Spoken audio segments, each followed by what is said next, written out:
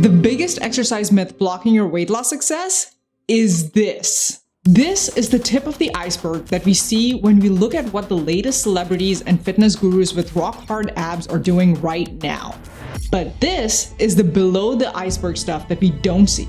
It's all the things these same people actually did to get to the point where they're able to do what they do now. And 90% of people fail because when they only try to imitate the tip of the iceberg, they burn out or don't get the same results because they never built the foundation to make it work for them. I almost fell into the same trap when I met my co-founder Lucy. Back in 2017, she looked like this. Wow, I thought, I want to look like that too.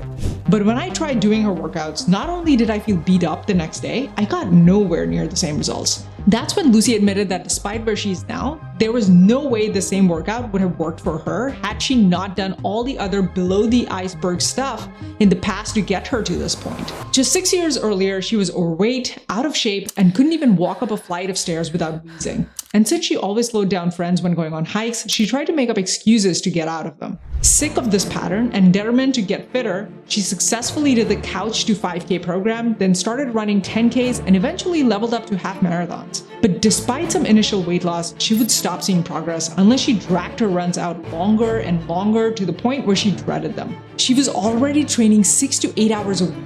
The thought of spending even more hours running felt like unnecessary masochism for diminishing returns, especially during winter in Seattle, where the sun sets at 4:30 p.m.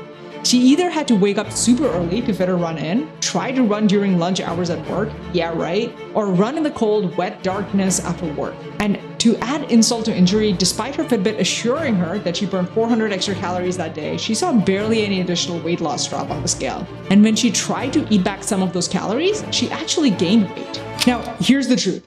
Fitness trackers greatly overestimate calories burned. According to the study on fitness tracker accuracy, researchers found significant error rates across all of them, with a range of 24% to 97% error rate. Why? One explanation is that they only use your weight, height, sex, age, heart rate, and motion patterns to determine calories burned when there are so many other factors to consider. All the below the iceberg stuff like training age, exercise history, diet history, and hormonal profile all affect your calories burned.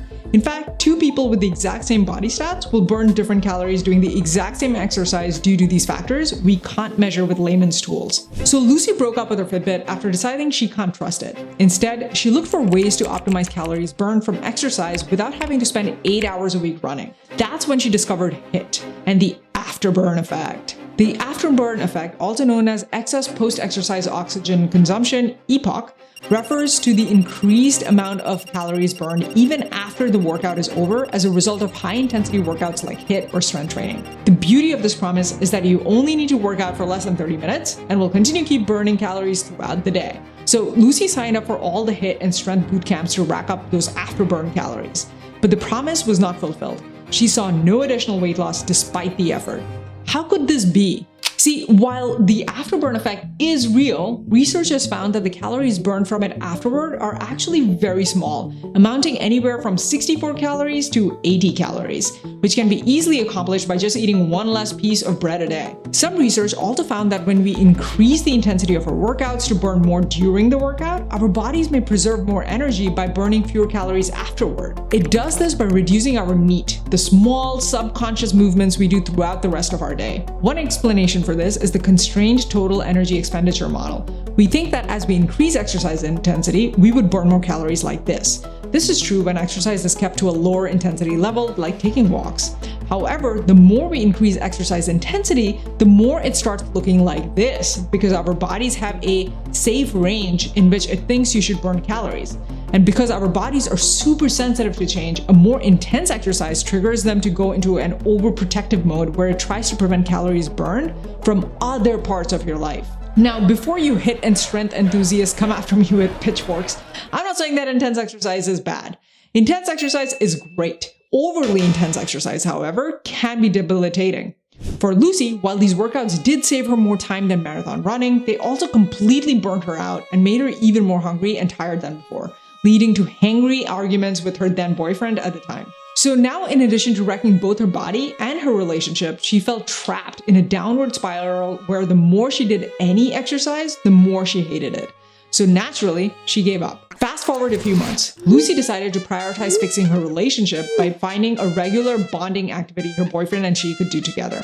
They decided to pick up West Coast swing dancing again, something they remembered enjoying when they first started dating. They took lessons and regularly went out dancing, meeting friends along the way. Since this was in Seattle, home of America's first rock climbing gym, a large portion of her swing dancing friends were also into rock climbing.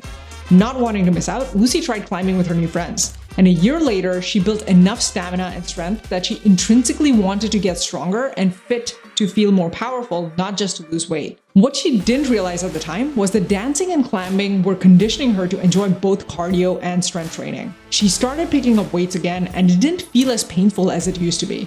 And because it wasn't painful, she began to like it in a way she couldn't imagine before. A year later, Lucy couldn't climb up a flight of stairs empty-handed without heaving, and she spent most of her Fridays trying to make up excuses to get out of the embarrassing weekend hikes.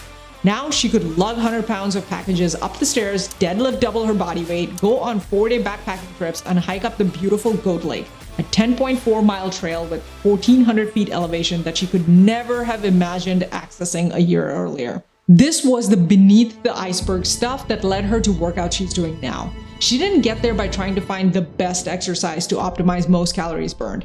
And that's the biggest exercise myth out there, that there is such a thing as the best exercise. From inaccurate fitness trackers to factors like the constrained total energy expenditure model, you must understand by now that there is no way to objectively optimize exercise for calories burned. It doesn't exist.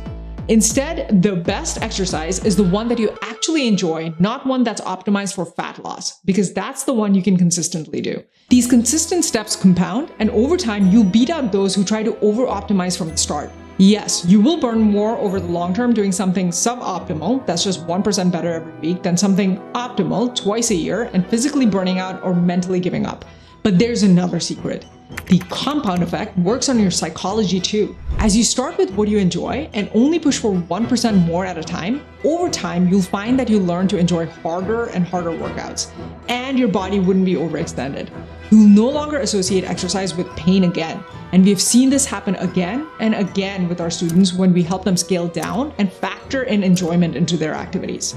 So the only thing you need to do right now starts with just one thing that gets you moving and you enjoy so you can do it consistently. But hold up, what you enjoy isn't always what you think.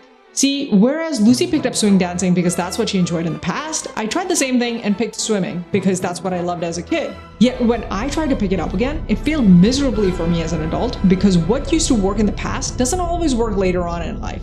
My motivations changed, my schedule changed, I just couldn't fit it into my life anymore.